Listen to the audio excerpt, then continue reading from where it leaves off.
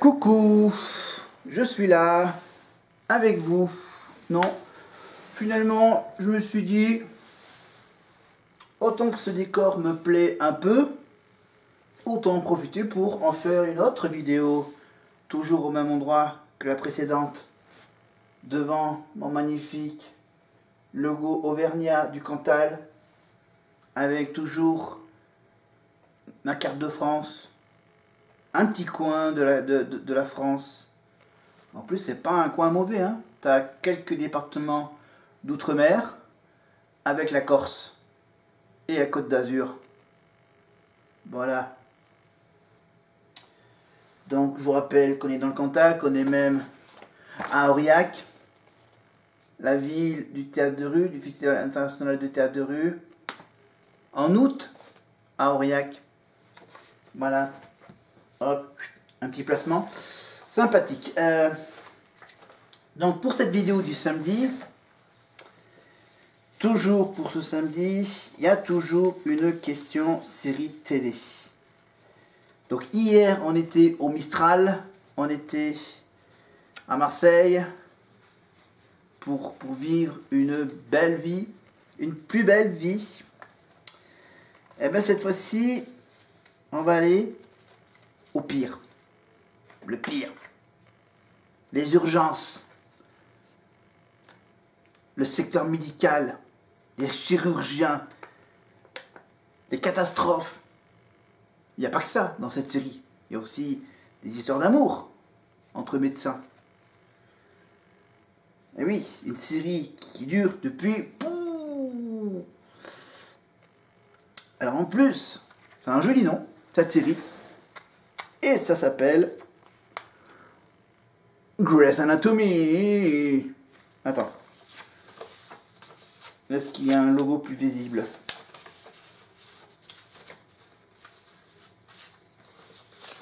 Ok. Voilà, je cache. Voilà, Grey's Anatomy. Ok, Grey's Anatomy. Avec donc une question. Je vais donc sélectionner cette question pour Grey's Anatomy. Là, j'en ai de Grey's Anatomy. La question Grey's Anatomy. Alors.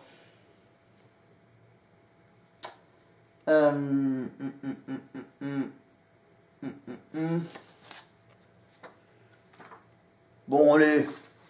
Je vous fais un petit cadeau. Allez, je vous fais la question fastoche. Là, la question... la question Grey's Anatomy la plus fastoche au monde. Parce que la question, elle est... elle est open bar, hein. Regardez. La question, c'est... Hop là, si je vous la montre correctement. Voilà. Quel est le surnom du docteur Shepard? Oh, trop facile. Quel est le surnom du docteur Shepard? Non, franchement, ça c'est... Ça, je vous donne la réponse quand même après. Voilà, allez, soyez patient, quelques minutes. Juste le temps de vous raconter une petite histoire de 2019. L'histoire d'une réforme constitutionnelle peut-être suffisante. Eh ben, on va le lire tout de suite, la petite histoire. Ma petite histoire du jour. Pendant qu'on fait la grève contre la retraite. Ça vous plaît, hein, mes petites histoires? Si vous les aimez, mettez un petit pouce bleu. Si vous voulez que j'arrête cette histoire de 2019, un vers le bas. Ben, si vous voulez en découvrir les prochaines, abonnez-vous, hein. Mettez la petite cloche pour être au courant. Parce que ça peut arriver à n'importe quel moment de la journée de demain ou de mercredi. On sait jamais. Sur un malentendu. Vous aurez peut-être raté un épisode, mais vous pouvez toujours la retrouver après sa mise en ligne dans toutes mes vidéos. J'en prépare une playlist rien que pour vous au fur et à mesure que les jours passent. Allez, on revient à ma petite histoire. Désolé pour mes... Voilà. Conscient de cette nécessité de rapprocher les Français et son personnel politique, Emmanuel Macron a annoncé, rappelez-vous, en 2017, son intention de réformer la Constitution. Mais malgré tout, il y a l'affaire Benalla. L'affaire Benalla en a décidé autrement et a contraint le gouvernement à repousser une première fois ce projet de réforme des institutions de la Ve République avant que la crise des Gilets jaunes ne précipite un nouveau report. C'est vrai qu'il n'a pas eu de bol. Enfin bref, le projet de révision semble cette fois de retour, promettant un renouveau démocratique. Il tente de répondre à la dégradation du lien de confiance, bien sûr, entre la nation et ses représentants. La présentation de cette réforme est également pensée par le pouvoir en place comme un moyen de reprendre les fondamentaux de la campagne de 2017, tout en tenant compte des attentes exprimées lors de la crise sociale. Les limites de la représentativité du Parlement ont poussé le gouvernement à explorer une piste ancienne de réforme. Son mode d'élection. Rappelez-vous, en 1986 déjà, François Mitterrand, il avait réinstauré le scrutin proportionnel lors des élections législatives pour répondre à des visées électoralistes et limiter le succès de la droite. Ce mode de scrutin est pourtant l'objet d'un discrédit très fort dans notre pays. En raison des crises parlementaires, bien sûr, qu'il a pu engendrer sous la Quatrième République. Cette fois, il ne s'agirait que d'une proportionnelle partielle qui permettrait à 25% des parlementaires d'être élus en fonction du poids politique de leur parti, afin d'assurer une meilleure représentativité des forces politiques. C'est-à-dire que le nombre de parlementaires serait également réduit, afin de répondre à une autre attente des Français, l'exemplarité de l'État et la reconduction de son budget de fonctionnement. Mais le gouvernement compte surtout sur une réforme avec la démocratie participative pour tenter de retisser ce lien avec la nation. Dernier paragraphe, on y va. Le projet de loi prévoit la possibilité pour le président de la République de soumettre au référendum des questions de société alors que l'actuelle Constitution limite le périmètre de ces questions posées aux Français. De même, la réforme prévoit d'assouplir le référendum d'initiative protégée, le RIP. C'est vrai qu'on connaît le RIP pour une autre chose. Repose en paix. Rest in peace. En anglais. Oui, bientôt on reviendra sur You Speak English very well. Hein. Bientôt. Prochainement plutôt. Mais en fait, le référendum d'initiative partagée, en abaissant le seuil de parlementaires et de citoyens nécessaires pour l'organiser. Mais en fait, cette réforme, finalement, ne répond que très partiellement à un souhait de démocratie directe, exprimé lors de la crise des Gilets jaunes. Point.